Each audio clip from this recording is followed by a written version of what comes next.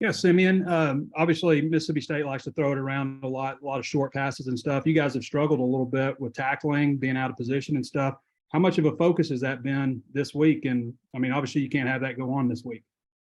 Yeah, it's been a huge focus. Coach Bowman, Coach Odom, they've done a great job of putting us in situations to tackle that's probably not exactly game-like, but in harder positions to tackle, which helps us when we get in game and actually tackle. And we've been doing a lot of film prep, a lot of film study, getting our minds ready, preparing ourselves for the game to see what we're going to see on the field.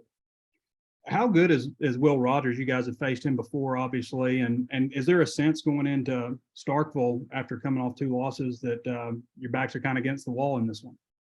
I mean, we go to work every day like our backs against the wall. We know Will Rogers is a very smart quarterback. He can throw the ball around the field. He can make crazy good throws. He can throw the balls in small windows. So that's our job, to try to minimize those windows that he's throwing in and just trying to make him check the ball down and getting them in space and actually vice tackling every running back, every receiver that we get in short spaces.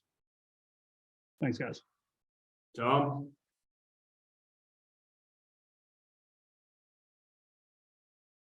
Sorry, I had to unmute there.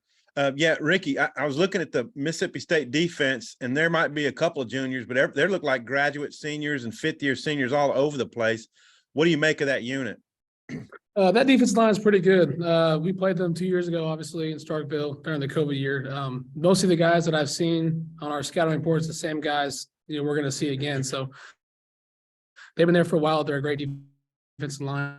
And we're excited to go down there. And Simeon, saw Hudson doing some safety work today. Sam had talked about that might be a possibility. And then Mbake has joined y'all. Can you maybe talk about how maybe some reinforcements could help? Yeah, Sam's a very great athlete. He goes 110% each and every day, whether that's at gunner, whether we were seeing him at receiver on scout team, and now seeing him at DB. He does a lot of good for us. He picks up on the defense very quick. And Hud, we've cross-trained all spring ball, all fall camp, and Hud's a very smart player. So it was really a very easy transition when we seen him at safety a little bit this week. He's a very smart player. He's able to break on routes very good. I feel like he can be a very good help to us back there. Yeah, and Ricky, in the event that you guys need to play Malik and Cade at quarterback, you snapped to both of them. Malik getting a lot of snaps in the A&M game last year, and then Cade, the last 2 series. Maybe can you talk about what their presence is like in the huddle and what you expect from them if they need to play? Yeah, they're both great QBs. It doesn't matter who's behind me, who I'm snapping to, because I got great confidence in them. We have 3 really good QBs, including KJ, obviously. So no, I have no concern with them at all. I'm excited to have either one of them behind me. We're as an offense, we're confident in them. Okay, and then finally, Sam told us that Mississippi State blitzes so much, and it's run blitzes as much as it is, blitzing the quarterback. How difficult? I mean, what's the importance of trying to get a run against these guys with that going on? It's communication, being able to communicate our spots with that defense. They got a tricky defense, but we've seen it the past 2 years, so it's nothing new to us. But we've been emphasizing in practice our communication through the noise to be able to pick up those blitzes and point those spots out. So we've been emphasizing that a lot in practice. Okay, and then my last one, Simeon, you guys had really good success in 20 against this offense. And then, held them down a little bit last year. What are the keys to being successful against this air raid? It starts in practice. It starts way before Saturday. Just watching the film, seeing what they do, see what they like to do. Because they have a great coach in Mike Leach, and he's been running that air raid offense for a long time. He invented it. And it's just really going back, watching all the film. You can watch from any team he's been on. They run around the same routes. It's just really preparing before the game is what really prepares you to play that team. Doing it in practice, practicing it 100%, and we're going to be ready by Saturday. Bob? Hey, guys. Thanks for being on. Bumper, he's just 14 tackles, I think, away from setting the all-time record, and that's a lot of tackles, but he's gotten that many tackles in several games.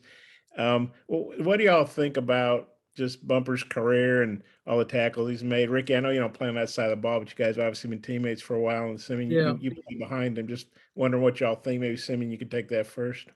I've been here since Bump got here. He's been playing since his freshman year. just the way he approaches the game none of that surprise me. It's a blessing to be able to play behind him because he does exactly what he tells everybody else to do. And then he saves me from having to make a lot of those tackles because he made saving tackles that end of the last part of the secondary. Just playing with a captain like that, a guy that always does what he says, is truly a blessing. And you get to learn a lot from guys like that. Yeah, Bumper's a great leader. We're definitely lucky to have him on our team. We definitely all look up to him. He leads those young guys.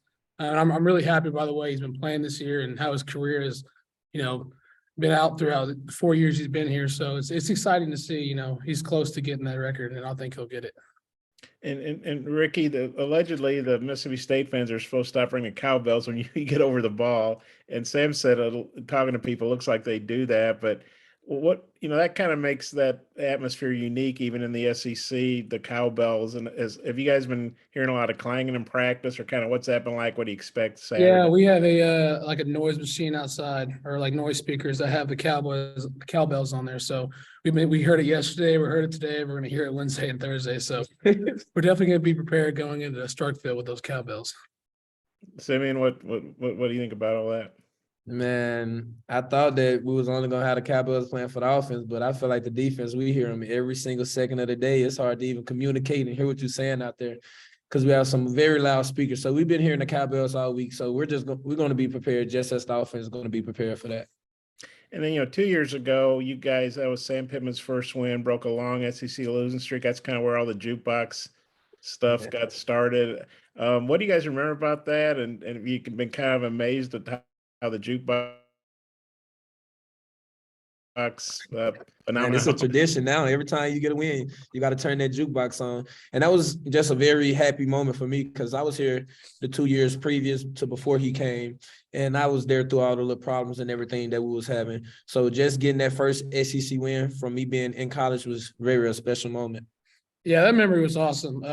Like Sam, I wasn't here the 2 years prior, but I was here the Chad Morris's last year, and getting that win was something that was like a big relief. That was the start of something. So that moment will always stick with me forever. The fact you guys are 2-0 against Mike Leach, obviously a great coach, won a bunch of games wherever he's been. Does that play into this at all? Man, no. We're preparing like we're facing this team again for the first time. We're hungry. We're coming off 2 losses, so we're trying to get our swagger back. We've been practicing as hard as we can, so that we don't really think too much about that. We're getting our mind focused on this year because this year is going to be different from last year and the previous 2 years. So we're just getting that hunger back, getting that focus, keeping that chip on our shoulder. Yeah, just practicing hard every day. Basically what just Sim said. We're just practicing, getting ready for them like any other team. So go down to Starkville and it'll be a fun game.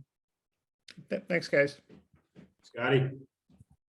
Yeah, Simeon, you just mentioned defense working to get its swagger back.